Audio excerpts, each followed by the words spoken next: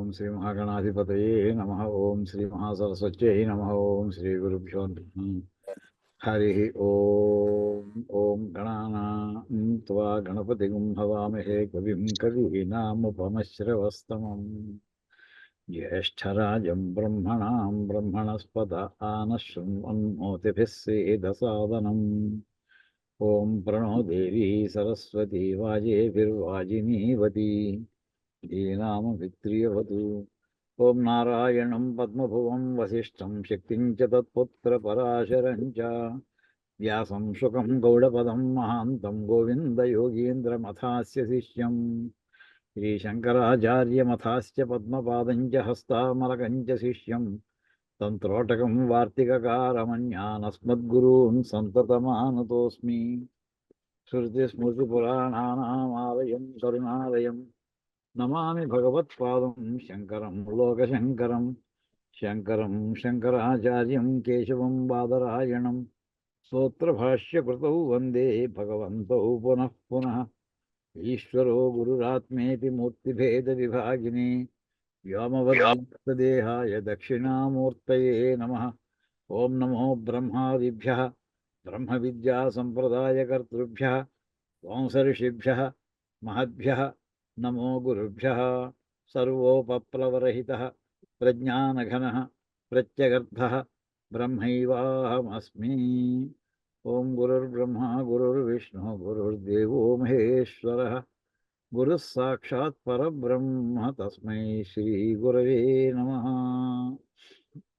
బ్రహ్మసూత్రాల్లో different topics తీసుకోబడుతూ ఉంటాయి. ఇది continuous కథ కాదు. ఏ టాపిక్ ఆ టాపిక్ దాని మీద డిస్కషన్ అవుతుంది, అది అక్కడ క్లోజ్ అయిపోతుంది, ఇంకో టాపిక్ తీసుకోబడుతూ ఉంటుంది. అలాగే తీసుకోబడేటటువంటి దాంట్లో ప్రస్తుతం వైశ్వానర అనే శబ్దానికి 3-4 అర్థాలు ఉన్నప్పుడు ఒక మంత్రం తీసి అంటే ఒక్కొక్క కాంటెక్స్ట్లో ఒక్కొక్క అర్థం కావచ్చు.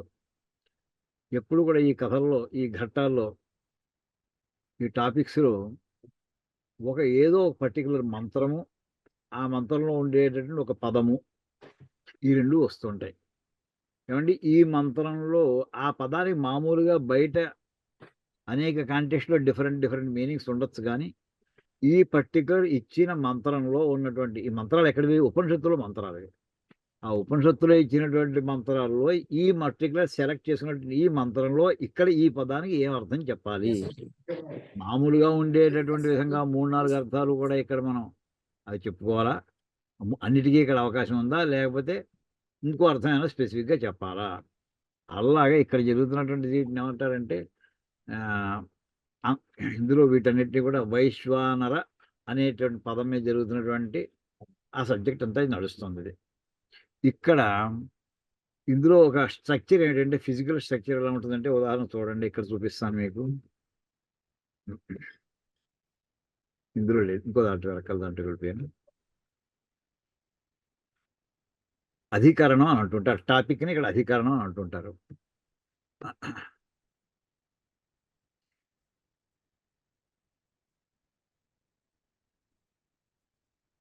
ఇక్కడ వైశ్వానర అధికరణంలో ఈ మంత్రంలో వచ్చినటువంటి పదాలు ప్రధానమైనటువంటివి. ఆత్మ అనేటటువంటి పదం ఒకటి వచ్చింది. పరమేశ్వరుడు మొత్తం భూమి ఆకాశాలంతా వ్యాపించి ఉన్నాడు అనేటటువంటి మాట ఒకటి కనిపిస్తుంది. ఇలాంటి తర్వాత జానుడు పొడుగున్నటువంటి ఉన్నాడు అని చెప్పేటువంటి ఒక వాక్యం ఒక చోట ఉంది. ఇలాంటి పదాలు ఉన్నప్పుడు ఇక్కడ అంటే ఆర్గ్యుమెంట్ స్ట్రెంగ్తన్ చేయడం ముందర కౌంటర్ ఆర్గ్యుమెంట్ ముందర చెప్పి తర్వాత ఫైనల్ ఆర్గ్యుమెంట్ తర్వాత వస్తుంది.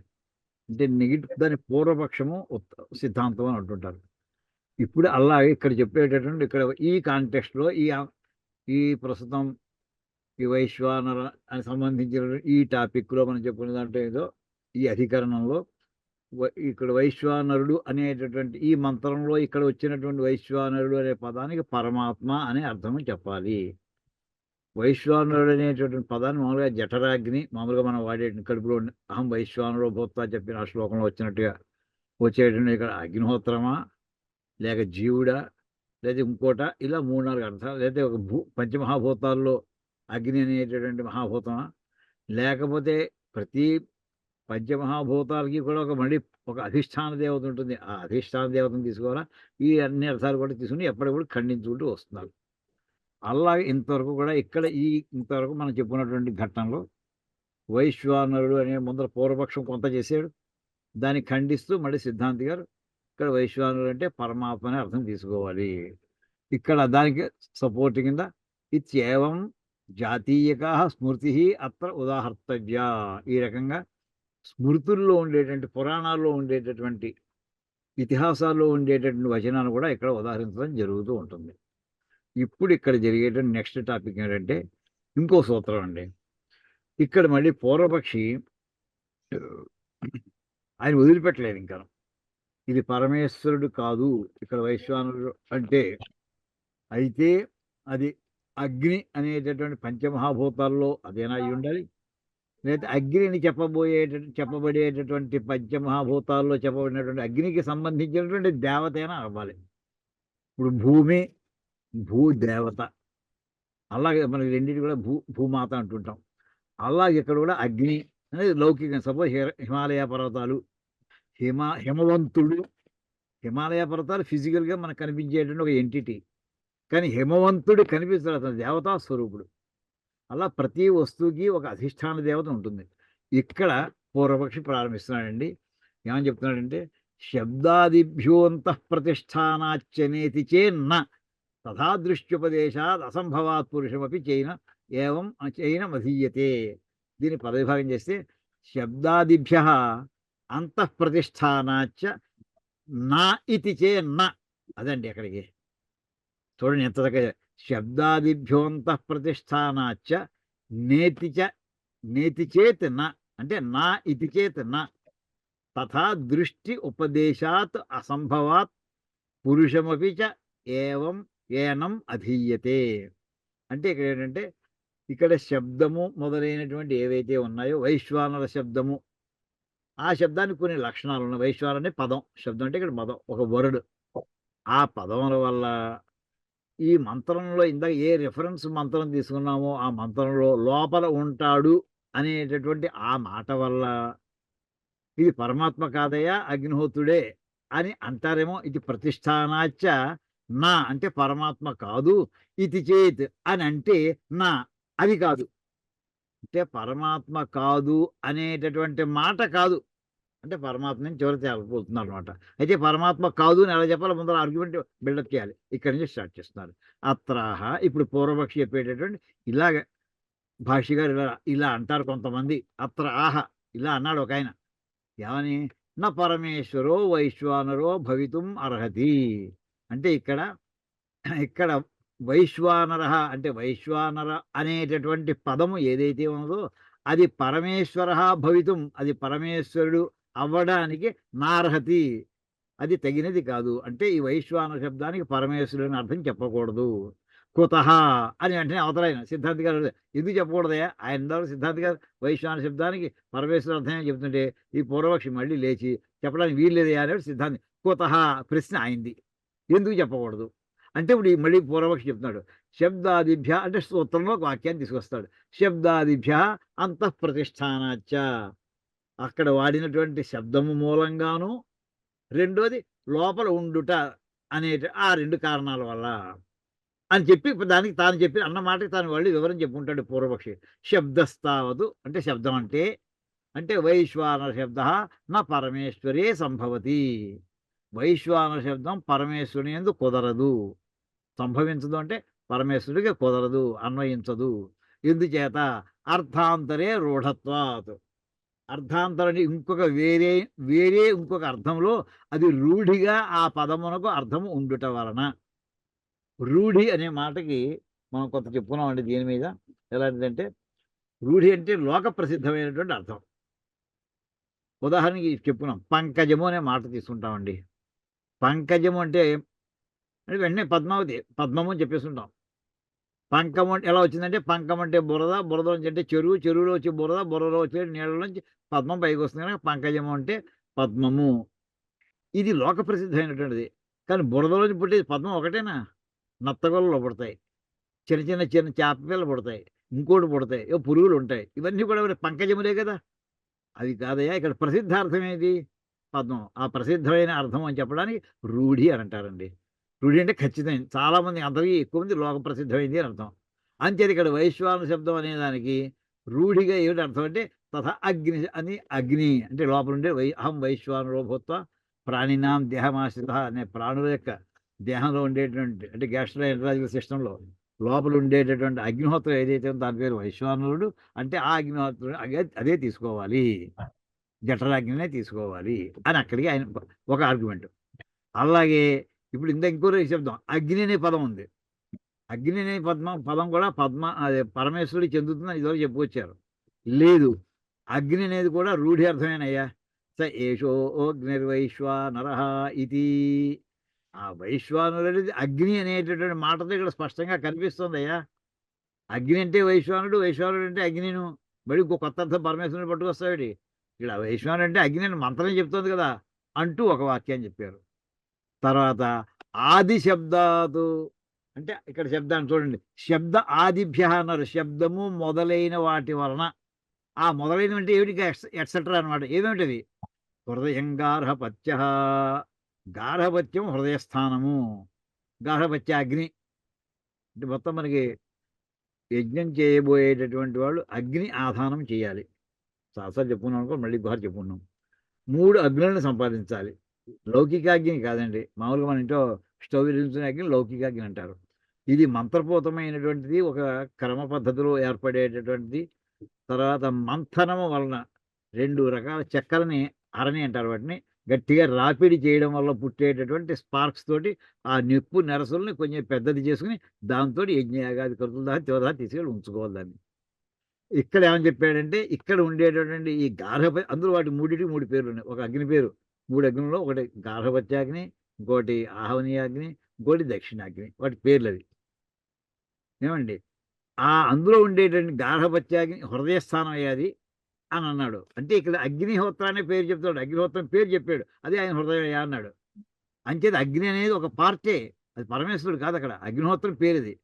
ఇత్యాది అగ్నిత్రేత ప్రకల్పనం. అగ్నిత్రేత అంటే అగ్నిని 3 రకములుగా కల్పించి అంటే ఊహించి లేకపోతే చెప్పి తెలియజేసి చెప్పుటని ప్రకల్పనం అంటారు.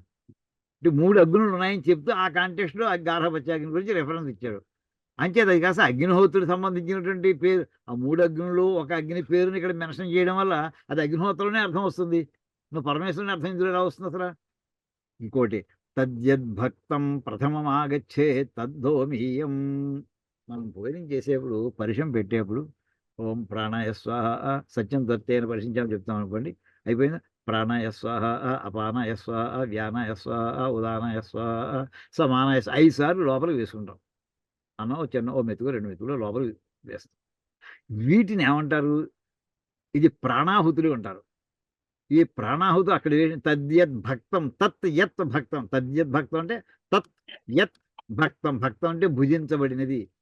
ఏదైతే మనం భుజిస్తున్నామో ప్రథమం ఆగచ్చేత్ అంటే అన్నం తినేప్పుడు మనం కూరలో పప్పులు నలుపుతున్నారు. ఈ 5 సార్లు మాత్రం ఏదైతే అంటే అన్నం తినడంలో ఆ కార్యక్రమంలో మొట్టమొదటి మనం చేసేది పంచవ్యాహృతులు, ప్రాణాయ స్వాహ, ప్రాణాయ స్వాహ ఇవి చెప్తూ వాటిని ఏమంటారంటే మామూలుగా ఈ పంచవ్యాహృతులతో పాటు తీసుకుని అన్నం అది హోమానికి సంబంధించినటువంటిది. అది హోమీయం అంటే హోమం చేసేప్పుడు ఎలా అంటే హోమం ఎప్పుడు చేస్తాం? అగ్నిహోత్రం ఉండాలి. ఎటువంటి అగ్ని?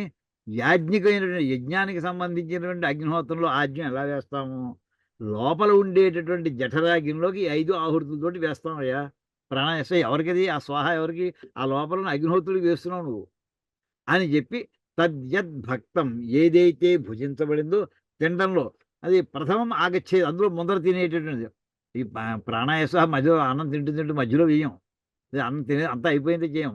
భోజనం చేయడం ప్రారంభిస్తూనే మొట్టమొదటి దాంతో ప్రథమం ఆగచ్చేది, మొట్టమొదటి దాంతో చేసేది మిగతా భోజనం తర్వాత, ఈ 5 అయిపోయిన తర్వాత. అది ఎటువంటిదే ఇది కూడా కాదు, హోమీయం అని చాందోగ్యోపనిషత్తు చెప్తుంది. అది హోమానికి సంబంధించిందయ్యా. హోమము అన్నావో అగ్నిహోత్రం సంబంధించింది, అగ్ని అన్నావో అది పరమేశ్వరుడు కాదు అక్కడ. ఈ త్రేతాగ్నిలో అగ్ని లాంటి ఒక పవిత్రమైన అగ్ని. పవిత్రమైన అగ్ని చెప్తావా? పరమేశ్వరుడు అని చెప్పక అక్కడికి. ఇత్యాదినాచ ప్రాణాహుతి అధికరణత సంకీర్తనం. అని ఇలాంటి వాక్యముల చేత ఛాందోగ్యోపనిషత్తులో చెప్పిన వాక్యముల వంటి వాక్యములను చెప్పుట చేత అవి ప్రాణాహుతులను గురించి ఆ టాపిక్లో వాటిని మెన్షన్ చేయడం, సంకీర్తన అంటే మెన్షన్ చేయడం, వాటిని చెప్పడం జరుగుతోంది. అంతేది ఇవన్నీ కూడా ఏతేభ్యో హేతుభ్య, ఈ కారణం వల్ల. ఇక్కడ ఏమేం కారణాలు చెప్పాడండి? ఒకటి రూఢి అర్థం, అంటే దీన్ని ప్రత్యేకించి వైశ్వానుడు అంటే అగ్నిహోత్రమే అని ఒకటి. రెండోది రిఫరెన్స్, దాని వేదంలో మంత్రం తీసుకొచ్చాడు ఆయన. మూడోది గార్హపత్యాగ్ని పట్టుకొచ్చాడు.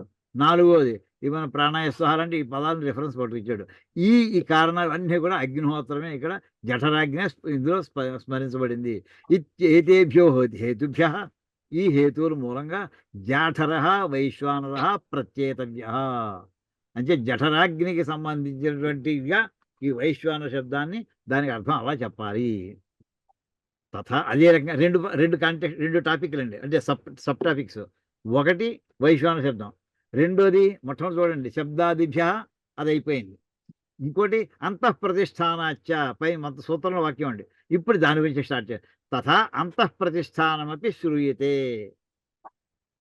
అంతఃప్రతిష్టానం అంటే లోపల ఉండుట, ప్రతిష్ఠ అంటే ప్రతి స్థ అంటే ఉండుట, ప్రతిష్ఠ అంటే స్థిరంగా ఉండుట, ప్రతిష్ఠ అవుతుంది.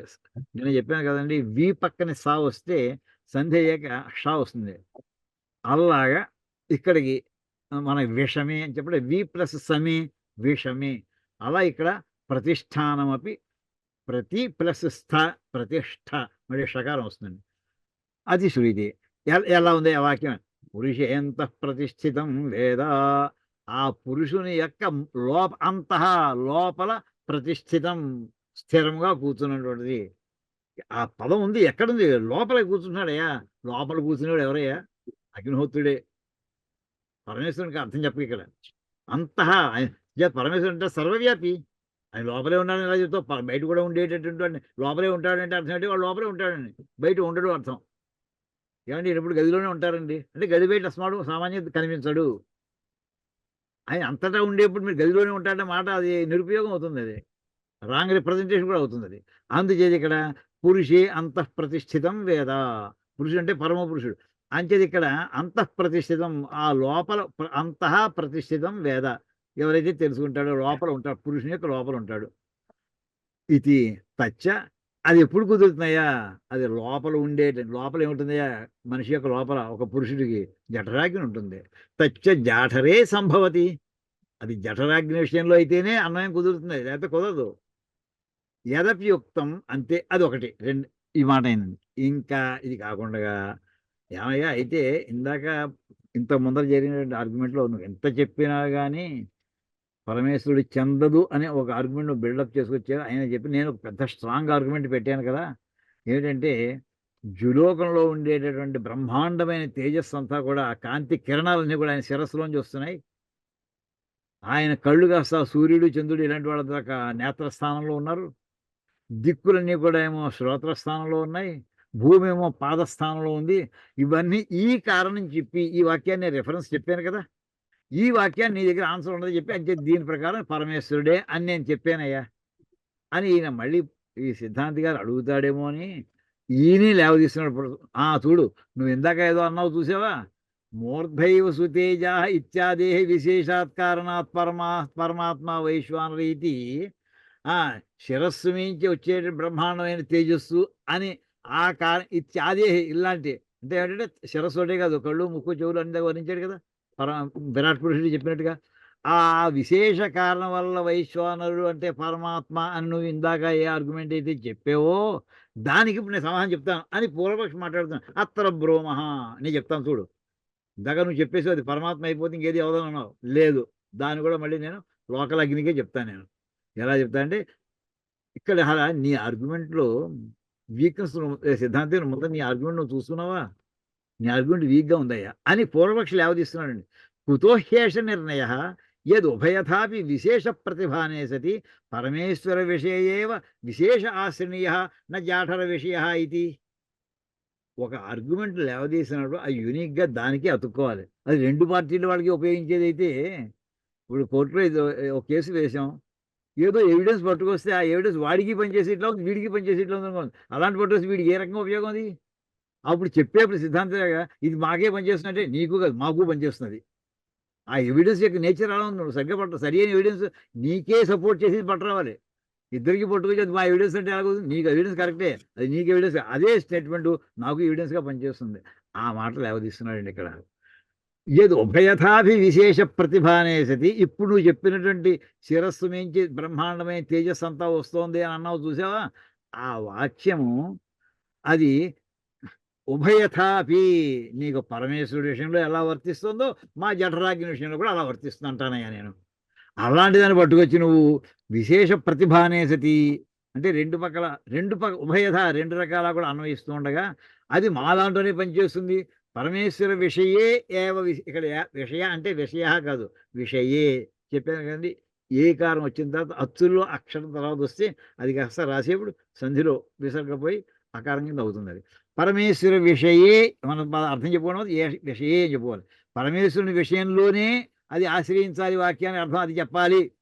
అంతే తప్ప నా జాఠర విషయే ఇది జఠరాగ్ని చెప్పకూడదు అని ఎలా అంటావయ్యా నువ్వు? నువ్వు చెప్పిన వాక్యం ఇద్దరు రెండు పక్కలకి వర్తించేట్లా కనిపిస్తుంది. లేదా అథ భూతాగ్నే అంతర్బహిశ్చ అవతిష్టమానస్య ఏష నిర్దేశో భవిష్యతి. లేకపోతే ఇంకో మాట నేను చెప్తాను చూడు. నువ్వు ఇందాక చెప్పిన దాంట్లో అంటే ఏంటన్నమాట ఆ వాక్యం మూర్ధైవ సుతేజ అనే వాక్యం నీకు పరమాత్మకి వర్తిస్తుంది, జఠరాగ్నికి వర్తిస్తుంది. ఒకటి అసలు అంటే జఠరాగ్ని అంటే లోపల ఉంటుంది ఇందాక అసలు నేను అంటానయ్యా ఈ జఠరాగ్ని బయట కూడా ఉంటుంది అంటానయ్యా. అగ్ని బయట కూడా ఉంటుంది. పంచమహాభూతాల్లోని అగ్ని వస్తువు లోపల ఉండడమే కాదు వస్తువు బయట కూడా ఉంటుంది అంటాను నేను. ఎలాగో చెప్తాను చూడు. భూతాగ్నే అంతర్బహిశ్చ అవతిష్టమానస్య ఏష నిర్దేశో భవిష్యతి. భూతాగ్ని పంచభూతాల్లో చెప్పినటువంటి ఇక్కడ లోపల ఉంటుంది అని అన్నమాట చూసావా? అది భూతాగ్ని అంతః బహిశ్చ అది లోపల ఉంటుంది బయట ఉంటుంది. అవతిష్టమానస్య ఏష నిర్దేశో భవిష్యతి. అంచేత జఠరాగ్ని కాకపోతే భూతాగ్ని అంటాను నేను. ఇప్పుడు నువ్వు భూతాగ్ని నువ్వు కాదనగలవా? పోనీ జఠరాగ్ని అయితే లోపలే ఉంటుందయ్యా అది కుదరదయ్యా ఎవరికైనా జఠరాగ్ని బయట చూపించు అని అడిగితే నేను చూపించలేకపోవచ్చు. ఇప్పుడు నీ జఠరాగ్ని నాకు 3 ఆప్షన్స్ ఉన్నాయి. ఒక జఠరాగ్ని అనే చెప్పొచ్చు, భూతాగ్ని అనే చెప్పొచ్చు, లేకపోతే ఆ భూతాగ్నికి ఉండే అధిష్టాన దేవత అనే చెప్పచ్చు. ఇప్పుడు నేను 2 ఆప్షన్ తీసుకుంటానయ్యా. నీకున్నది ఒకటే పరమేశ్వరుని అర్థం ఒకటే, నాకు 3 అర్థాలు చెప్పడానికి అవకాశం ఉంది అని చెప్తూ అది భూతాగ్నే అంతర్బహిశ్చ అవతిష్టమానస్య ఏష నిర్దేశో భవిష్యతి. ఈ వాక్యము ఇది భూతాగ్నికి వర్తిస్తుంది అని నేను అంటానయ్యా. తస్యాపి ద్యులోకాది సంబంధ ఎంచేతంటే అయితే అలాంటప్పుడు ఆ భూతాగ్ని ఏది పంచమహాభూతాల్లో ఉండే అగ్నికి మరి ద్యులోకంతో సంబంధం చూపించాలి కదా. ఆ వాక్యం వేదంలో వాక్యాన్ని చూపిస్తాను చూడు. ఎలాగంటే తస్య అంటే భూతాగ్నికి ద్యులోకాది సంబంధ ద్యులోకం ఏదైతే బ్రహ్మాండమైన కాంతి మండలాలు ఉన్నటువంటి ద్యులోకం అని అంటున్నావో శిరస్థానీయం అంటున్నావో దానికి మంత్రవర్ణాత్ అవగమ్యతే. దీనికి కూడా మంత్రంలో ఒక వర్ణంతో తెలుసు వస్తున్నాయా లభిస్తున్నాయా. యో భానునా పృథివీం జాముతే మాతత రోదసి అంతరిక్షం అని ఋగ్వేదంలో సంహితలో 10వ మండలంలో 88వ సూక్తంలో 3వ వాక్యంలో ఉందయ్యా. అక్కడ ఏమని చెప్పాడు? ఇక్కడ యో భానునా అంటే భాను అంటే సూర్యుడు, పృథివీం ద్యాం అంటే ఇవన్నీ కూడా కాంతి మండలాలు. భాను అంటే సూర్యుడు, సూర్యుడు అంటే కాంతి మండలం. తర్వాత ఆ కాంతి మండలం దేని సంబంధం ఉంది?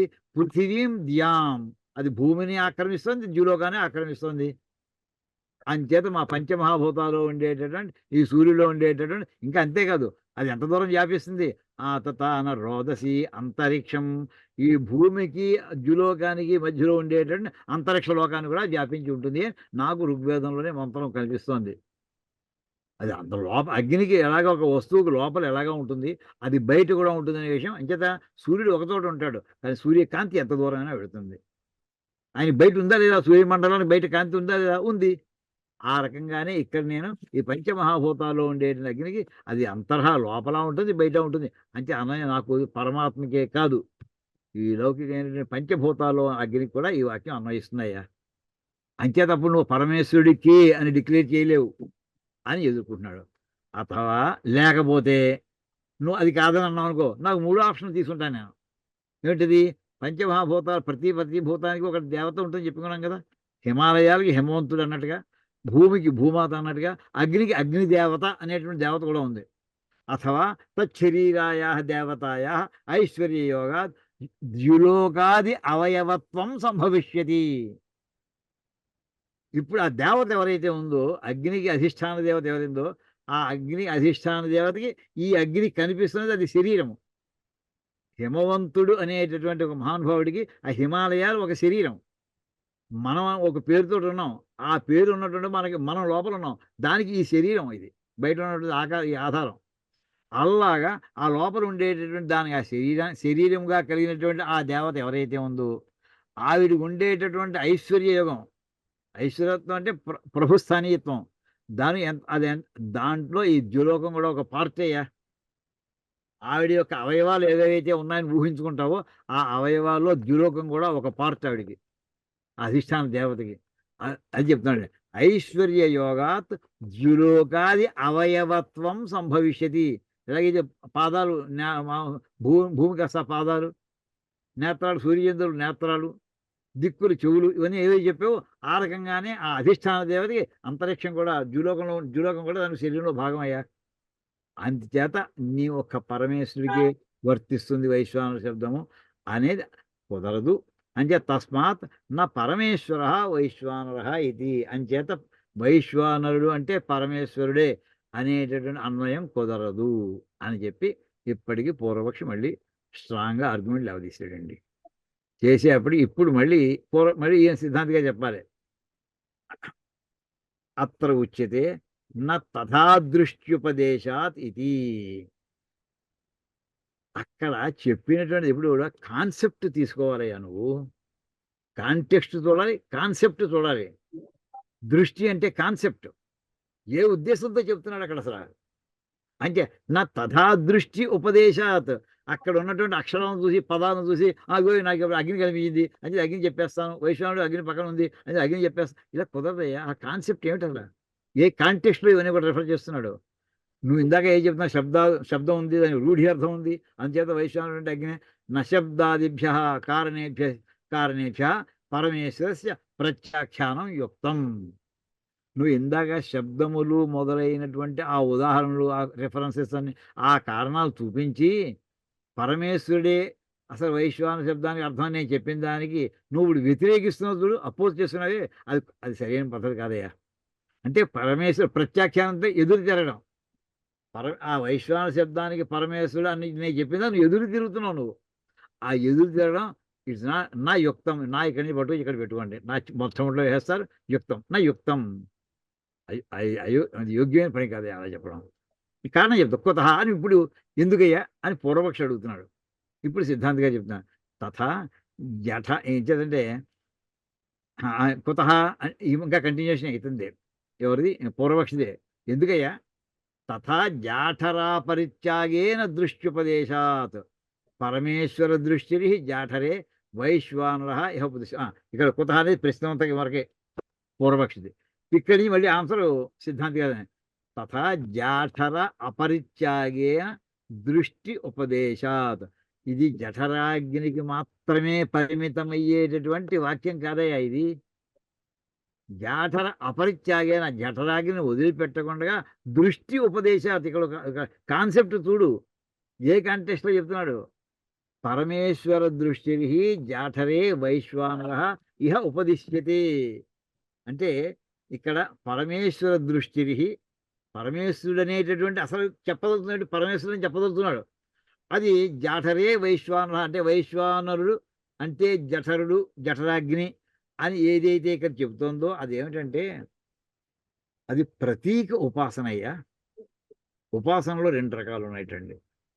ప్రతీక ఉపాసన అది చెప్తానండి. ఎలాగంటే ఇక్కడ చెప్తాను చూడు. అక్కడ జఠరాగ్ని చెప్పిన మాట కరెక్టే సార్, నువ్వు చెప్పినట్టు జఠర. కానీ ఆ జఠరాగ్ని వరకు మాత్రమే తీసుకోకు, అది కాన్సెప్చువల్ లెవెల్గా తీసుకో. అంటే కాన్సెప్చువల్ లెవెల్ అంటే ఏంటి చూడు, ఇక్కడ చెప్తాను ఉదాహరణ. మనోబ్రహ్మే చుపాసీత. మనస్సుని బ్రహ్మముగా అనుకుని ఉపాసన చేయయ్యా. మనః బ్రహ్మ ఇతి ఉపాసీత. మనస్సును బ్రహ్మ అని ఉపాసన చెయ్యి. అంటే నీకు అక్కడ ఉన్నది ఏమిటి? మనస్సు ఉంది, నీకు పరబ్రహ్మ కనిపించట్లేదు. నువ్వు ఒక సాధకుడివి, నీకు మనస్సు కనిపిస్తోంది, అంటే ధ్యానం చేస్తున్నావు. నీ మనసు ఎక్కడెక్కడ చెలిస్తుందో నీకు కనిపిస్తుంది. ఆ మనసుని ఏమనుకుంటావు అంటే, నువ్వు ధ్యానంలో కూర్చొని కళ్ళు మూసుకొని సాధకుడిగా నువ్వు ఉన్నప్పుడు, నీ మనస్సును నువ్వు చూసుకుంటూ, ఆ మనస్సే పరబ్రహ్మం అనుకుని చూడవయ్యా అని ఛాందోగ్యోపనిషత్తులో వాక్యం ఉంది. ఇప్పుడు మనస్సుని చెప్పడం జరిగింది. కానీ ఆ మనస్సుని దేనికోసం? ఆ మనస్సుని పరబ్రహ్మం అనుకో. అలాగే ఇక్కడ జఠరాగ్ని గురించి చెప్పడం జరిగింది. ఆ జఠరాగ్ని పరమేశ్వరుడు అనుకో. అది ఆ రకమైనటువంటి లెవెల్ డిఫరెన్స్ చూడు. దీనికంటే హైయర్ లెవెల్ ఇంకోటుంది. అది కాన్సెప్ట్ అంటే. నువ్వు ఏదైతే ఇప్పుడు మన ఎదురుగుండా ఫోటో పెట్టుకున్నామండి. వెంకటేశ్వర స్వామి ఫోటో పెట్టుకున్నాం. కళ్ళు మూసుకున్నాం. ఆ ఫోటోని చూసి నమస్కారం చేసుకుంటున్నాం. ఇప్పుడు ఫోటో మనకి దేవుడా? ఫోటోలో ఉన్నటువంటి మూర్తిని బట్టి మనం ఇంకోటేదో ధ్యానం చేస్తున్నామా? ఆ కాగితం ముక్కే దేవుడు కాదు మనకి. కాగితం ముక్కే కదా! కాగితం ముక్క ద్వారా సూచించబడేటటువంటి పరమాత్మ విడిగా ఉన్నాడు. కాగితం ముక్కలోనూ ఉన్నాడాయన. ప్లస్ కాగితం ముక్క కంటే అతీతంగా కూడా ఉన్నాడాయన. అది ఇక్కడ చెప్పేటండి. ఆ కాగితం ఏదైతే ఉందో పేపర్ మన ఫోటో పేపర్ ఏదైతే ఉందో ఆ పేపర్‌లోనూ ఉన్నాడాయన. అంతకే పరిమితం అయిపోలేదు. ఆ ఫోటో పేపర్ కంటే దాటి కూడా ఉన్నాడాయన. నువ్వు దేని మీద కాన్సంట్రేట్ చేస్తున్నావు? ఫోటో పేపర్ మీద దృష్టి పెడుతున్నావు. అలాగే జఠరాగ్నిని చూడు. కానీ జఠరాగ్నికే పరిమితం అయిపోయి జఠరాగ్ని దాటి కూడా చూడు. అది పరమాత్మయ్య. నీకు నాకు ఫోటో కాగితం ఒకటే పెట్టారు. ఈ కాగితం మొక్కే నా దేవుడంటూ కూర్చుంటే కుదరదక్కడ. అన్వయం కుదరదు అని చెప్తే ఇక్కడ చెప్తున్నారండి. మనోబ్రహ్మే త్వపాసేత ఇత్యాదివత్. ఇక్కడ ఈ వాక్యం ఏదైతే చెప్పిందో మనస్సుని బ్రహ్మగా ఉపాసించు అని ఆ వాక్యం ఎలాంటిదో ఇది కూడా అలాంటిదేనయ్యా. అథవా లేకపోతే ఇంకో రకంగా ఆర్గ్యుమెంట్ ఇది సిద్ధాంతి గారు మాట్లాడినవన్నీ కూడా. అథవా అంటే ఆయన ఆయన పరమాత్మనే చివరికి డ్రైవ్ చేయబోతున్నాడు. అథవా జాఠర వైశ్వానరోపాధి పరమేశ్వరః యః ద్రష్టవ్యత్వేన ఉపదిశ్యతే. మనోమయ ప్రాణ శరీరో భారూపః అది కూడా మళ్ళీ ఛాందోగ్యోపనిషత్తులో ఇత్యాదివత్. నువ్వు అంటే ఇందాక ఫోటో పేపర్ చూపించావండి. అలా కాదయ్యా. అస అది ఇందాక ఊహించుకో మనం. ఊహించుకోవద్దు. అసలు మనోమయః ప్రాణ శరీరః ఆ పరమాత్మ మనస్సంతా నిండిపోయి ఉన్నాడు. మనోమయ. మయం అంటే ఏమిటండి? నిండిపోయి ఉన్నాం. మనం అయోమయం అంటుంటాం చూసారా? అయోమయం అంటే వాటికి అర్థం తెలుసా అండి? అయహ అంటే ఇనుము. అంటే ఇనప ముద్ద అని అర్థం అండి అయోమయం అంటే. అంటే వాడికి ఏమి రాదు, తెలివి తక్కువోడని వాడు ఉత్త అయోమయం అంటుంటాం. అయోమయం అంటే ఇనప ముద్ద అని అర్థం. అయహ అంటే అయస్కాంతంలో వాడే అయస్సు అది.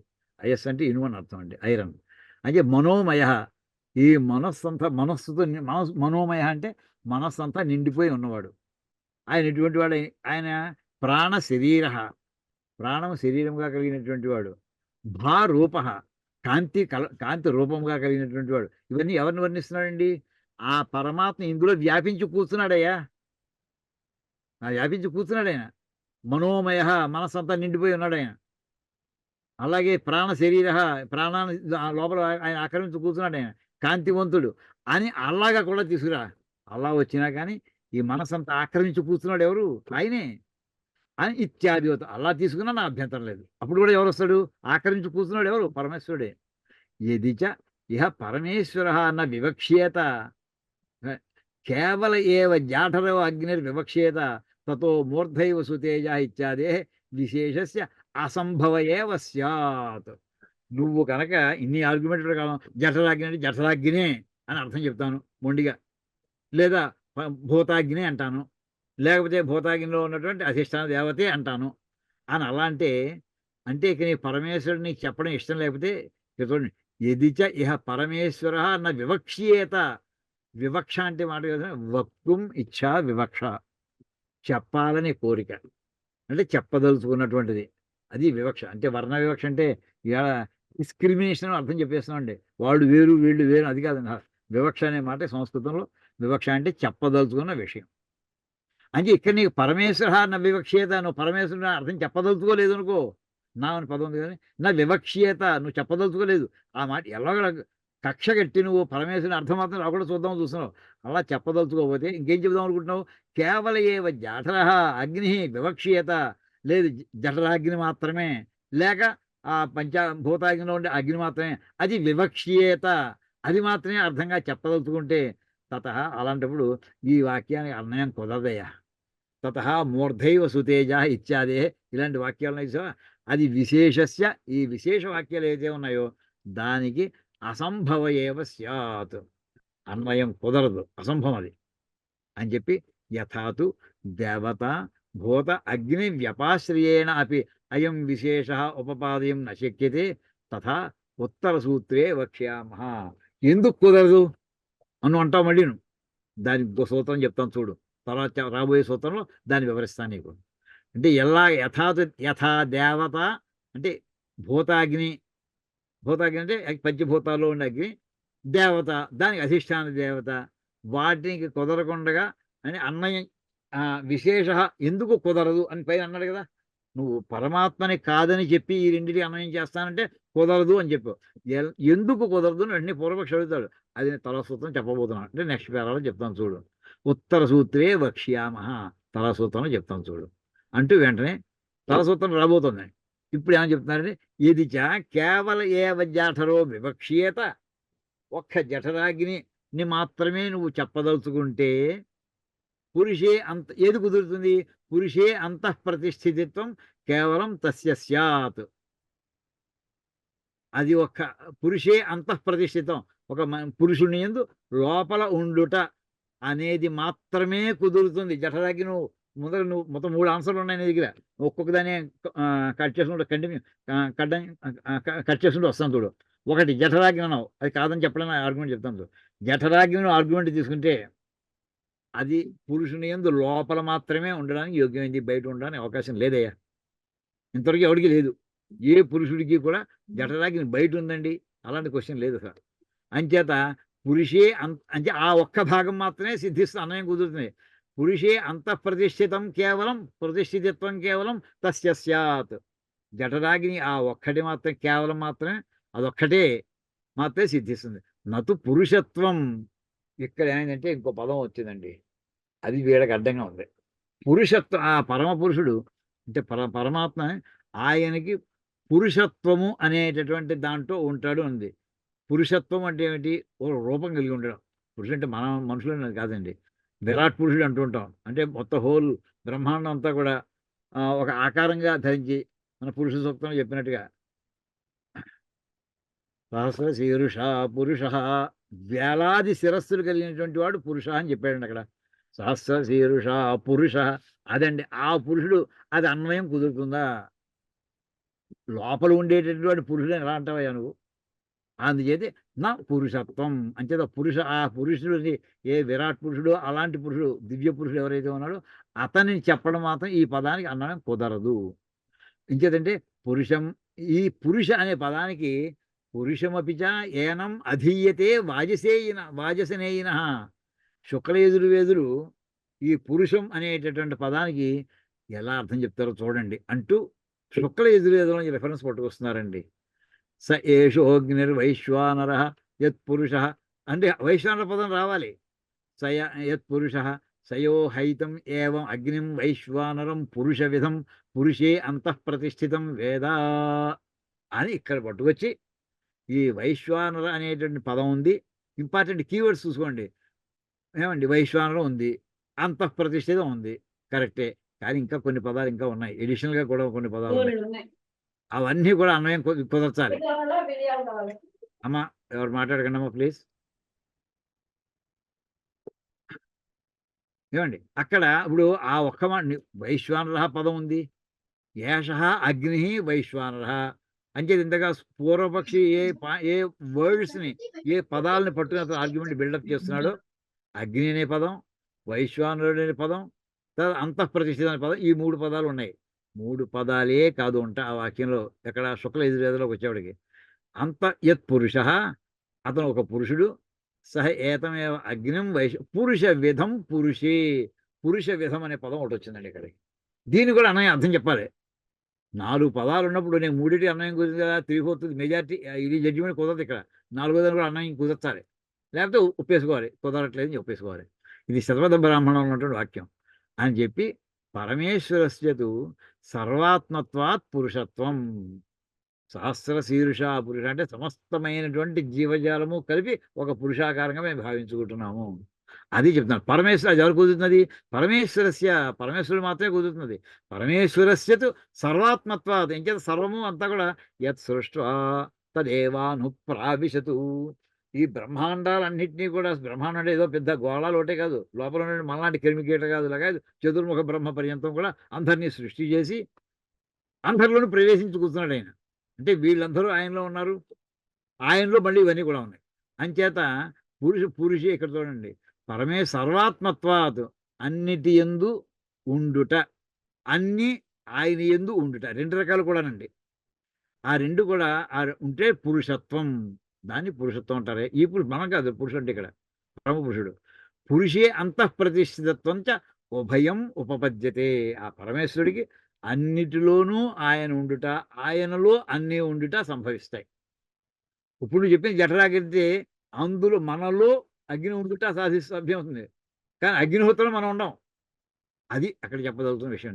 పురుషే అంతఃప్రతిష్ఠ ఉభయం ఉపపద్యతే పరమేశ్వరి. ఏతు పురుష విధమపి చ ఏనం అధీయతే ఇది సూత్ర అవయవం పఠంతి. కొంతమంది ఇంకో వాక్యం ఇందులో కూడా మళ్ళీ శుక్లయజుర్వేదంలో ఇంకో రకమైన పాఠం కూడా ఉంది. వాళ్ళేమంటారు పురుష విధమపి చ ఏనం అధీయతే.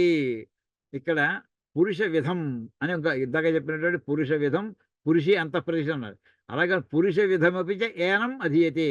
ఏనం అంటే ఇతనిని పురుష విధం అని పురుష విధము కలవాడు అని కూడా అధ్యయనం చేస్తుంటారు. అధీయతే ఆ రకంగా కూడా అధ్యయనం చేయడం జరుగుతుంది. ఇది అక్కడ సూత్ర అవయవం పఠంతి. ఓ సూత్రంలో కొంత భాగాన్ని చదువుతారు. తేషాం ఏషః అర్థః. వాళ్ళకి అర్థం ఏంటంటే వాళ్ళ భావం ఏంటంటే కేవల జాఠర పరిగ్రహే పురుషే అంతఃప్రతిష్ఠితత్వం కేవలం స్యాత్ న పురుష విధత్వం. నువ్వు కేవల జాఠర పరిగ్రహే ఓన్లీ జఠరాగ్ని మాత్రమే అది పురుషుడంటే అని తీసుకుంటే అంతఃప్రతిష్ఠితం కేవలం స్యాత్ లోపల ఉండుట అనేటటువంటిది సిద్ధిస్తుంది. నా పురుష విధత్వం కానీ అందులో వీళ్ళందరూ ఉండుట అనేది సిద్ధించదు. అదండి ఇక్కడికి. పురుష విధమపిచ ఏనం అధీయతే వాజసేయిన ఇంకా ఈ మళ్ళీ శుక్లయజుర్వేదంలో ఇంకా వాక్యం చెప్తున్నాను. పురుష విధమపి ఏనం అధీయతే ఇంకా వాడు అక్కడ ఏమని అపి అన్నారు. ఇంకా ఇలా కూడా చదువుతారు శుక్లయజుర్వేదం. పురుష విధం పురుషే అంతఃప్రతిష్ఠితం వేద. ఆ పరమ పురుషుడు ఎవరైతే ఉన్నాడో ఆయన పురుష విధముగాను ఉంటాడు. పురుషే అంతఃప్రతిష్ఠితం ఆ పురుషుడు లోపల ఉంటాడు అని వాళ్ళు చదువుతూ ఉంటారు. అంచేత పురుష విధత్వంచ ప్రకరణాత్ అంటే ఈ కాంటెక్స్ట్ని బట్టి యద్ అధిదేయుతం ద్యుమూర్ధత్వాది పృథివీ ప్రతిష్ఠిత తత్వాంతం యచ్చ అధ్యాత్మం ప్రసిద్ధం మూర్ధత్వాది చుబుక ప్రతిష్ఠితత్వాంతం తత్పరిగృహ్యతే. ఇక్కడ ఏంటంటే పురుష విధము అంటే ఏమిటి అంటే ముఖం అనే మామూలుగా మనకి నఖశిఖ పర్యంతం అంటుంటాం. నఖం అంటే కాలి గోడు లగాయతు శిరస్సు వరకు. అది మనకి ఒక మనిషిని వర్ణించాలంటే నఖశిఖ పర్యంతం పరీక్షించి చూశారంటారు. ఇక్కడ ఒక మాట ఉందండి. సంస్కృతంలో ఒక మాట ఉంది. ఏంటంటే మూర్ధత్వాది చుబుక ప్రతిష్ఠితత్వాంతం. శిరస్సు లగాయతు గెడ్డం తగాలండి. అంటే శిరస్సు భాగం. శిరస్సు భాగం అంటే ఏంటి మూర్ధత్వ ఆది. మూర్ధం అంటే శిరస్సు ఆది అది మొదలుకొని చుబుక ప్రతిష్ఠితత్వ అంతం. చుబుకం అంటే గెడ్డం. ఇంతవరకు అంతవరకు ఇది మామూలుగా ఒక అధ్యాత్మం ప్రసిద్ధ. అధ్యాత్మం అంటే మామూలుగా ఆధ్యాత్మము ఆది దైవికము ఆది భౌతికం అని చెప్పుకుంటూ ఉంటామండి. శాంతి ఓం శాంతి శాంతి శాంతి చెప్పేప్పుడు ఇక్కడ ఈ 3 రకాల సమస్యలకి కూడా మనకి ఆ సమస్యలు మనకి ఇబ్బంది మన చదువుకి అధ్యయనానికి ఇబ్బంది కలగకుండా 3 రకాల శాంతులు చెప్పుకుంటుంటాం. అధ్యాత్మం అంటే ఆత్మ అంటే తాను అని అర్థం అండి. బాడీ. అధ్యాత్మం అంటే బాడీ. ఇక్కడ చెప్తున్నారు అధ్యాత్మం ప్రసిద్ధం. అధ్యాత్మం ఏదైతే ఆ పదం ప్రసిద్ధంగా ఉందో ఎంతవరకు అయ్యా ఈ బాడీ అంటే ఇక్కడ సంస్కృతంలో మూర్ధం అంటే శిరస్సు మన మాడు లగాయతు గెడ్డం వరకును. మూర్ధత్వ ఆది చుబుక ప్రతిష్ఠితత్వ అంతం తత్పరిగృహితే అంతవరకు తీసుకోవడం ఉందయ్యా. ఇక్కడ మూర్ధత్వ ఇక్కడ ఏం చెప్పాడు మరి ఇది మామూలు మన మనుషులకి. పరమేశ్వరుడికి ఏం చెప్పాడు ఆయనకంటే మరి ఆయనకి శిరస్సు మాడు ఉండాలి. ఆయనకి గడ్డం కింద ఏదో ఉండాలి కదా. ఎక్కడి నుంచి ఎక్కడ దాకానంటే ద్యుమూర్ధత్వాది ద్యులోకం ఆయన శిరస్సు అది మాడు కపాలం పైన ఉండే భాగం. అక్కడి నుంచి మూర్ధత్వ ఆది అంటే జులోకము శిరస్సుగా ఉండుట మొదలుకొని పృథివీ ప్రతిష్ఠితత్వ అంతం అంటే భూపాదం అని చెప్పుకోండి. మనకి ఇందులో విష్ణు సహస్రనామంలో ప్రారంభ భూపాదో యస్య నాభిర్యేదసుర నిలయశ్చంద్ర సూర్యౌ చ నేత్రే అని వస్తుంది చూసారా, ఆ వర్ణం అంతా ఇక్కడ వచ్చేస్తుందండి. భూపాదౌ అంటే భూమి, పృథివీ ప్రతిష్ఠితత్వం. ఎక్కడ నిలబడింది? పాదాల మీద నిలబడుతుంది. అంటే పాదాల వరకు అంటే ఎక్కడంటే భూమి వరకు. భూమి వరకు అంటే ద్యులోకం నుండి భూమి వరకు అనేటటువంటిది ఏదైతే ఉందో అది దైవతం అయ్యాది. ఇక అధ్యాత్మం చెప్పుకొచ్చాడు. ఈ రకంగా పురుష విధత్వంచ ప్రకరణాత్, అంటే పురుష విధము అంటే ఏమిటి అంటే అధిదైవతాన్ని నిర్వచించు, అది అధ్యాత్మాన్ని నిర్వచించు. ఎస్, ఈ రకంగా నిర్ణయిస్తాయా. అధ్యాత్మం అంటే వ్యక్తికి ఎక్కడి నుంచి ఎక్కడి వరకు, శిరస్సు లాగా అయితే గడ్డం వరకు. మరి అధిదేవత అంటే ఇక్కడ ఎక్కడి నుంచి వరకు, ద్యులోకం లాగా అయితే భూమి వరకు. ఇది పురుష విధత్వం అంటే ఇదేయా. ఈ రకంగా ఈ పదాన్ని చెప్పేప్పుడు నీ అగ్ని, తర్వాత అగ్నికి సంబంధించినటువంటి దేవత, వాటికి ఈ అన్వయం కుదరదు. అది పరమాత్మని అర్థం చెప్తేనే కుదురుతుంది. ఆ పరమాత్మ డైరెక్ట్ కుదరదన్నావు, అది ఇందాకే చెప్పాను నీకు. నీకు ఫోటో పేపర్ చూసి అదే దేవుడని అనుకోకు ముందర. దాని చేత సూచించబడుతున్నట్టు దాన్ని ముందర ఉపాసనకి ఎక్కడో ఒక రూపం కావాలి. లేకపోతే మనసు నిలబడదు. అందుకోసం తీసుకో అంతే. కానీ అదే దేవుడిని పెట్టి కూర్చోకు. అది ఒక భాగం. లేదయ్యా, దేవుడు ఆ కాగితంలో కూడా ఉన్నాడనుకో, ప్రారంభించు. కాగితంలో ఉన్నాడు, కాగితాన్ని బయట కూడా ఉన్నాడు. అలా అది రెండో లెవెల్ అది. అలా చెప్పడంలో ఎటు చెప్పినా గానీ నీకిక్కడ వైశ్వానర శబ్దానికి అగ్ని, ఆ అగ్నికి చెప్పినటువంటి అగ్ని యొక్క దేవత, ఈ 2 కూడా అంతవరకే పరిమితం చేస్తే ఈ మిగతా పదాలకి అది ఈ పురుష విధత్వం అనే పదం ఏదైతే అక్కడ ఉపయోగించబడిందో శుక్ల యజుర్వేదంలో, శతపథ బ్రాహ్మణంలో, అక్కడ అన్వయం నువ్వు చెప్పలేవు అని సిద్ధాంతి దంగబదాయని చెప్పేస్తున్నాడండి ఆయన. అని చెప్పిన తర్వాత ఇంకే కాదయ్యా, అతయేవ న దేవ, ఇప్పుడేమి చెప్పాడండి ఇక్కడికి, అతయేవ న దేవత, జఠరాగ్నికి చెప్పాడు. అతయేవ న దేవత భూతంచ, ఇదే కారణానికి ఇప్పుడు ఇందాక చెప్పినటువంటి అధిష్టాన దేవతననే ఆ దేవత కుదరదు. ఆ పంచమహాభూతాలు చెప్పినట్టు భూతం, ఆ భూతార్థం చెప్తామన్నా కుదరదయ్యా. అంటే అగ్ని అనేటటువంటి పంచభూతాల్లో చెప్పినటువంటి అగ్నిని చెప్పడానికి వీల్లేదు. ఆ అగ్ని అనేటువంటి దానికి సంబంధించినటువంటి ఒక అధిష్టాన దేవత ఏదైతే ఉంటుందో అనుకున్నామో, అది కూడా ఈ అన్వయం కుదరదు. అతయేవ, ఇదే కారణం, ఈ లాజిక్కే అంటూ మళ్ళీ దానికి మళ్ళీ ఈ పేరా మళ్ళీ విడిగా రాసేస్తున్నారు. అంటే ఒక్కొక్క పాయింటే అతన్ని కూడా కండెమ్ చేసుకుంటూ ముందరకి వెళ్ళిపోతున్నాడు ఇక సిద్ధాంతి గారు. యత్ పునరుక్తం, ఇందాక చెప్పానే భూతాగ్నే అపి మంత్రవర్ణే. నువ్వు ఇందాక ఏమన్నావు? ఇందాక ఈ వర్ణన ఏదైతే ఉందో ద్యులోకంలో ఉండేటటువంటి ఆ కాంతి, ఆ అన్వయం మూడిటికి వర్తిస్తుందన్నావు. జఠరాగ్నికి, అగ్నికి, తర్వాత మూడోది అగ్ని అధిష్టాన దేవతకేను. ఇందాక భూతాగ్నే మంత్రవర్ణే ద్యులోకాది సంబంధ దర్శనాత్ మూర్ధైవ సుతేజ ఇత్యాది అవయవ కల్పనం తస్యైవ భవిష్యతి ఇది.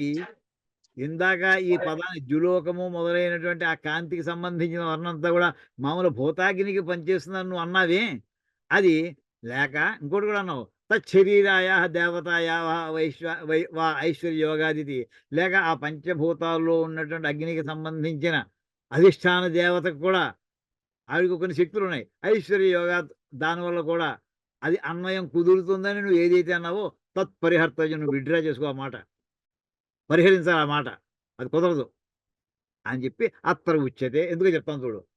అతయేవ ఉక్తేభ్యో హేతుభ్య, ఇంతవరకు నేను జఠరాగ్ని కాదు అని చెప్పడానికి ఏమేమి ఆర్గ్యుమెంట్స్ చెప్పానో అవే ఆర్గ్యుమెంట్స్ ఈ రెండింటికి కూడా పనిచేస్తాయ్యా, కౌంటర్ చేయడానికి. నీవు చెప్పిన 2 పాయింట్లు కాదని చెప్పడానికి అవే ఆర్గ్యుమెంట్లు. అతయేవ ఉక్తేభ్య హేతుభ్య, ఉక్త అంటే చెప్పబడినటువంటి ఏ కారణాలు అయితే ఇంతవరకు చెప్పడం జరిగిందో జఠరాగ్ని కాదు అని చెప్పడానికి అవే కారణాలు దీనికి కూడా వస్తాయి. న దేవత వైశ్వానర తథా భూతాగ్నిరపి న వైశ్వానర. అంచేత దేవత, వైశ్వానర శబ్దానికి దేవత అని అర్థం రాదు, అలాగే వైశ్వానర శబ్దానికి భూతాగ్ని అనేటువంటి అర్థం కూడా రాదు. తథా భూతాగ్నిరపి న వైశ్వానర, అంటే భూతాగ్ని కూడా వైశ్వానరు అనే శబ్దం ఈ కాంటెక్స్ట్లో చెప్పడానికి వీల్లేదు. నహి భూతాగ్నే, అసలు ఎక్కడ చెప్పుకొస్తున్నాడండి, నహి భూతాగ్నే అంటే పంచమహాభూతాల్లో ఉన్నటువంటి అగ్నికి ఉన్న లక్షణాలు ఏమిటి? ఔష్ణ్య ప్రకాశ మాత్ర ఆత్మకస్య, దానికి ఉష్ణత్వం ఉంది, వేడి ఉంది. ఇప్పుడు మనం స్టవ్ వెలిగిస్తే చేయగలదా? ముట్టుకుంటేను కలుగుతుంది, అంటే ఉష్ణత్వం ఉంది. అలాగా ఔష్ణ్యం ఉంది, కాంతి కూడా ఉంది కదా. ఎస్, కాంతి కూడా ఉంది. కరెంట్ పోయినప్పుడు మనం స్టవ్ వెలిగించిన క్యాండిల్ కనిపించాలనుకోండి, ముందు స్టవ్ వెలిగిద్దాం, అగ్గిపెట్టి కనిపించదు ఆ టైంలోను. అప్పుడు గమ్మున స్టాండ్ మనకి స్టవ్ వెలిగించి క్యాండిల్ దొరికితే ఆ స్టవ్‌తో వెలిగిస్తాం. అలాగా భూతాగ్నే ఔష్ణ్య ప్రకాశ మాత్ర ఆత్మకస్య అంటే కొంత కాంతి కనిపిస్తుంది. కొంత వేడి ఉంది దానికి. అంత మాత్రం చేత జుమూర్ధత్వాది కల్పన ఉపపద్యతే. అంటే ఇక్కడ ఉపపద్యతే. కానీ ఆ 2 ఉండొచ్చు గానీ, అంటే వేడి ఉండొచ్చు, కాంతి ఉండొచ్చు కానీ, ఈ జులోకము దీనికి శిరస్థానీయం అవుతుంది అనే మాట ఉపపద్యతే. అది కుదరదు. వికారస్య వికారాంతరాత్మత్వ అసంభవాత్. వికారస్య మార్పు అవుట అనేటటువంటి లక్షణం లేదు. వికారస్య వికారం అంటే మార్పు. వికారాంతరాత్మత్వం అంటే మార్పు చెందుట అనేటువంటి దాని లోపల మార్పు లోపల మళ్ళీ మార్పు చెందించే లక్షణం విడిగా ఉంటుందా? ఉండదసల. ఎంత ఈ భయంకరమైన లాజిక్ అండి అసలిది. మామూలుగా మనం change is the law of the universe అంటుంటారు. మారుట అనేది ఒక లక్షణం. మారుట అనేది యూనివర్స్‌లో ఏది కూడా స్థిరంగా ఒకే రకంగా ఉండదు. ఫిజిక్స్‌లో గాని మామూలుగా యూనివర్సల్ లా అది. Change is the law of the universe అని. ప్రపంచంలో అందరూ ఒప్పుకోవాల్సిందే. అది ఉత్పత్తి అయిన సమయంలో ఎలా ఉందో అలా ఉండదు చివరిదాకా. మనుషులు గాని, క్రిమికీటకాదులు గాని ఎవరైనా సరే అది మారుతూనే ఉంటారు వాళ్ళు. కంటిన్యూయస్‌గా చేంజ్ అవుతూనే ఉంటుందది. కానీ ఇక్కడ చెప్పేది ఈ మార్పు ఏదైతే ఉందో ఈ మార్పు లోపల మళ్ళీ వికారస్య ఆ మార్పు అనేటటువంటిది అది మారడమా? మారకపోవడం ఏమైనా ఉంటుందండి? ఆ మాటకి అర్థం అవుతుందా అసలు మనకి? వికారస్య వికార అంతర ఆత్మత్వము అని అసంభవాత్. ఆ మారుట అనేటటువంటిది అది మారేటటువంటి వస్తువు కాదు. మారుట అనేటటువంటిది అది ఫిక్స్‌డ్ దాని నొటేషను. అది మారుతూనే ఉంటుంది. అది మారిపోతుందా? అంటే మారుట అనే పదం అర్థమే మారిపోతే కొన్నాళ్ళు మారకుండా ఉండవలసిన స్థితి వస్తుంది. అయితే మారుట అనేది మారితే ఏమైపోతుందండి? ఈ పదాలకు అర్థం బుర్రకెక్కడం కష్టం అవుతుంది. మారుట అనేది కంటిన్యూయస్ అదో ఫేజ్ అది. It's a process. ఫ్లో అలా మారుతూనే ఉండాలి. ఈ ఫ్లోలో కూడా మళ్ళీ ఇంకో అర్థం అది కూడా మారేటటువంటి లక్షణం ఉంది. మార్పుకే మార్పు ఉందంటే ఇంక దాని అర్థం ఏమవుతుంది? అది అసంభవం అయ్యా. అందుచేత దేవతాయాः సతి అష్టైశ్వర్య యోగే అంటే అధిష్టాన దేవతకి అష్టైశ్వర్యములు ఉన్నా కూడా ద్యుమూర్ధత్వాది కల్పన అంటే ఇక్కడ పెట్టుకోండి. ద్యుమూర్ధత్వాది కల్పన సంభవతి. ఆకాశము, ద్యులోకము అది శిరస్థానీయము అనేటటువంటి కలిపి చెప్పుట కల్పన అంటే ఊహించి చెప్పుట సంభవతి సాధ్యం కాదయ్యా. అకారణత్వాత్ అంచేత పరమేశ్వర అధీనైశ్వర్యత్వాచ్చ అకారణత్వాత్ పరమేశ్వర అధీనైశ్వర్యత్వాచ్చ ఇంచేతంటే కారణం ఇంత అది పరమేశ్వరుని యొక్క సొత్తు ఈ విశ్వాన్ని కంట్రోల్ చేయడం అనేటటువంటి ఆయన యొక్క అధికారం అది. ఇంకోటి ఎవడో వచ్చి నేను అధికారం చెలాయిస్తానంటే అది చెల్లుతుంది. ఆ రాక్షసు అనేక మంది శ్రీ మహావిష్ణువు వచ్చి నేను ఇవాళ హిరణ్యకశిపుడు ఉన్నాడు. వాడు అందరికీ కూడా వాడు మొత్తం అన్ని లోకాలు చూసేసాను. ఎక్కడ విష్ణువు లేడు. విష్ణువు లేడు, జిష్ణువు ఎవడు లేడు. నేనే మొత్తం ఇవాళ నుంచి సర్వలోకేశ్వరుడిని ప్రకటించాడు. అది నిలబడింది. అది సాధ్యమైందే. అలాగా ఈ పంచమహాభూతాల్లో ఉండేటటువంటి అవి అకారణాత్. అవి కారణము కాదు. ఈ విశ్వం నిలబెట్టడానికి. లేక చూడండి పరమేశ్వర అధీన ఐశ్వర్యత్వాచ్చ ఆ ఈశ్వరత్వం. ఐశ్వర్యం అనే మాట ఎలా వస్తుందండి? ఈశ్వర అనే పదం నుంచి వచ్చింది ఐశ్వర్యము. అంటే ఈశ్వరం అంటే ఈశ్వరుడికి సంబంధించినది. ఐశ్వర్యం అనే మాట ఏమిటంటే ఏమిటి? ఈశ్వరుడు అనే మాట ఏమిటి? ఈశానః. ఈశానః అంటే కంట్రోలర్. విశ్వాన్ని కంట్రోల్ చేసేటటువంటి లక్షణం ఆయన ఒక్కడికే ఉంది. అది ఉంది కనుకనే ఆయన ఈశ్వరుడయ్యాడు. అందుచేత అది ఆయన మాత్రమే ఉండేటి లక్షణాలు బట్టి ఇంకోళ్ళెవరికో నువ్వు అతికిస్తా అంటే ఎలాగవుతుంది? ఆత్మశబ్ద అసంభవశ్చ సర్వేషు పక్షేషు స్థిత ఏవ. అంచేత ఈ అన్నిటిలోనూ కూడా ఆత్మశబ్దము అనేటటువంటిది అది ఆత్మశబ్ద అసంభవశ్చ సర్వేషు పక్షేషు. అంటే ఇందాక నువ్వు చెప్పినటువంటి ఆర్గ్యుమెంట్స్ ఏవైతే వాటన్నిటిలో ఆత్మనే మొత్తం దాని మీద డిస్కషన్ అయిందండి. అది జీవాత్మ అంటావా? పరమాత్మ అంటావా? అది విడిగా భూతాత్మ అంటావా? భూతాత్మగా మళ్ళీ దేవత అంటావా? ఈ ఆర్గ్యుమెంట్ అయిపోయింది. అంచేత ఇక్కడ ఆత్మశబ్దం ఉంది. అది పరమాత్మనే సూచిస్తోంది అది. అది ముందర డిస్కషన్ అయిపోయింది గనక చివరి ఇంత చెప్పినటువంటిది వైశ్వానర శబ్దము ఇది పరమేశ్వరునికి సంబంధించింది అని ఇక్కడికి తీసుకొచ్చారండి. ఇది తీసుకొచ్చిన తర్వాత ఇప్పుడు దీని మీద ఇంకా ఎడిషనల్ అంటే ఎలా ఉంటుందంటే సుప్రీంకోర్టులో కూడా కొంతమంది నాలెడ్జిబుల్ అడ్వకేట్స్ ఉంటే మీ ఒపీనియన్ వాళ్ళ సొలిసిటర్ జనరల్ వాళ్ళ ఒపీనియన్స్ తోటి మిగతా వాళ్ళ ఒపీనియన్స్ కూడా ఒపీనియన్స్ సుప్రీంకోర్టు అడిగి తీసుకోవచ్చు. ఏమి కాన్స్టిట్యూషనల్ ప్రాబ్లం వచ్చినప్పుడు ఎంతమందినైనా వాడు కన్సల్ట్ చేయొచ్చు. జడ్జీలు కూడా వాళ్ళు కూడా సర్వజ్ఞులు కాదు వాళ్ళు.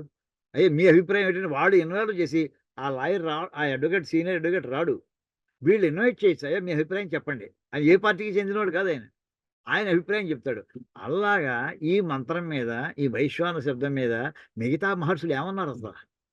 అని ఆ టాపిక్‌లోకి వస్తున్నారండి. ఇంతవరకు భాష్యకారుడు ఆర్గ్యుమెంట్ తీసుకొచ్చారు. సిద్ధాంతి అంటే భాష్యకారుడు అంటే ఎవరు? సిద్ధాంతి. శంకరాచార్యులు ఆర్గ్యుమెంట్ చెప్పుకొచ్చి, ఇప్పుడు నేను చెప్పిన ఆర్గ్యుమెంట్ ఇది నాదే కాదయ్యా! మిగతా మహర్షులు కూడా ఇదే ఆర్గ్యుమెంట్ చెప్పారు అని చెప్పబోతున్నారాయన. సాక్షాదపి అవిరోధం జైమినిః.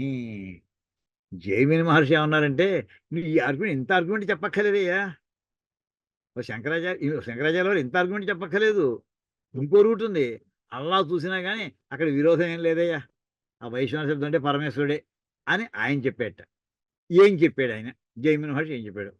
అని చెప్పి దాని మీద కొంత. అది అయిపోయిన తర్వాత మళ్ళీ ఇంకొకాయన, ఇంకో మహర్షి వస్తాడండి తర్వాత చూద్దాం. పేర్లు చూద్దామండి. ఆయన ఇంకొకాయన అభి అభివ్యక్తే ఇది ఆశ్మరథః. అశ్మరథుడు అనేటటువంటి ఇంకో మహర్షి ఉన్నట్ట. ఆయన ఏమన్నాడంటే, లేదయ్యా అందులో ఒక మాట ఉందయ్యా, ఆ మాటను బట్టి నువ్వు నిర్ణయం చేయొచ్చయ్యా, ఇంత ఆర్గ్యుమెంట్ అక్కర్లేదయ్యా అని ఆయన అన్నట్ట. ఏమండి ఇది కాకుండా ఇంకొకాయన వస్తాడండి బాదరి. ఆయనేమన్నా అనుస్మృతే ఈ కారణం కొద్దీ కూడా కొట్టేయచ్చా ఆర్గ్యుమెంట్ లేదయ్యా నిలబడదది అని చెప్పి ఆయన అన్నట్ట. మొత్తం అలా ముగ్గురు మహర్షులు చెప్పినటువంటి వీళ్ళంతా చెప్పింది కూడా నేను చెప్పిందే అర్థం అని చెప్పి శంకరాచార్యులు వారు ఇదంతా తీసుకొచ్చారు. ఈ భాగాన్ని మనం తర్వాత చెప్పుకుందామండి. ఇంకేదండి మళ్ళీ ప్రారంభిస్తే మధ్యలో అప్పుడే ఇన్కన్వీనియంట్‌గా ఉంటుంది నెక్స్ట్ క్లాస్‌కి. అంటే ఇక్కడి నుంచి ఈ జైమిని సాక్షాత్ అవిరోధం జైమిని ఇక్కడి నుంచి మళ్ళీ క్లాస్ చెప్పుకుందాం. ఇక్కడికి ఆపుకుందాం ఇవాళ. ఓం కాయేన వాచా మనసేంద్రియైర్వా బుద్ధ్యాత్మనా వా ప్రకృతి స్వభావాత్ కరోమి యద్యత్ సకలం పరస్మై నారాయణాయేతి సమర్పయామి. హరి ఓం తత్సద్ బ్రహ్మార్పణమస్తు శ్రీ సీతారామార్పణమస్తు ఓం తత్సత్.